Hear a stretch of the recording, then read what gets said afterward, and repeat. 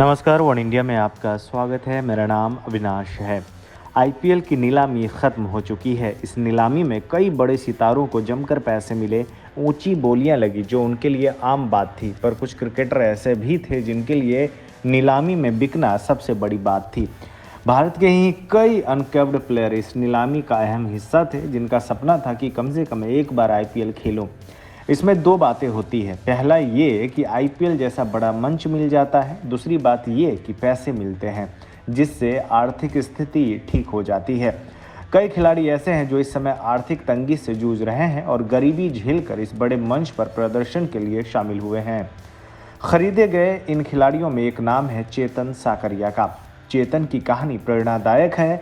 चेतन साकरिया को राजस्थान रॉयल्स ने 1 करोड़ और 20 लाख रुपए में खरीदा है। बाएं हाथ के युवा तेज गेंदबाज हैं और इस आईपीएल में चेतन बढ़िया गेंदबाजी करते हुए नजर आएंगे। पर अगर चेतन की निजी जिंदगी पर नजर डालते हैं तो पता चलता है कि चेतन साकरिया के पिता वर तेज एक टेम्पो चालक थे, लेकिन 2 साल पहले उन्होंने ये नौकरी छोड़ दी। 5 साल पहले तक उनके घर में टीवी तक नहीं था। साकरिया मैच देखने के लिए अपने दोस्त के घर जाते थे।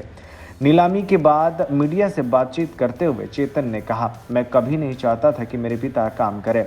मैं उन्हें कहता हूं कि आपको अब चिंता करने की ज़रूरत नहीं है, मैं परिवार का ख्याल रख लूँगा।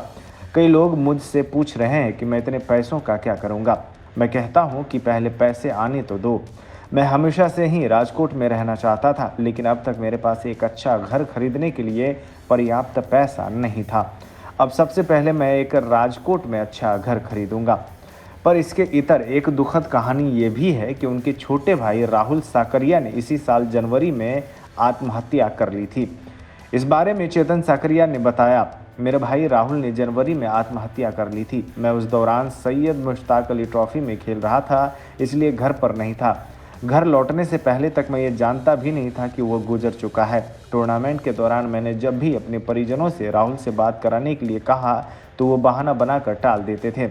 आज मुझे उसकी सबसे ज़्यादा कमी खल रही है। अगर वो जिंदा होता तो शायद सबसे ज़्यादा खुश मेरा भाई ही होता। इस खबर में बस इतना ही। तमाम अपडेट्स के लिए बने रहिए वन इंडिया के साथ।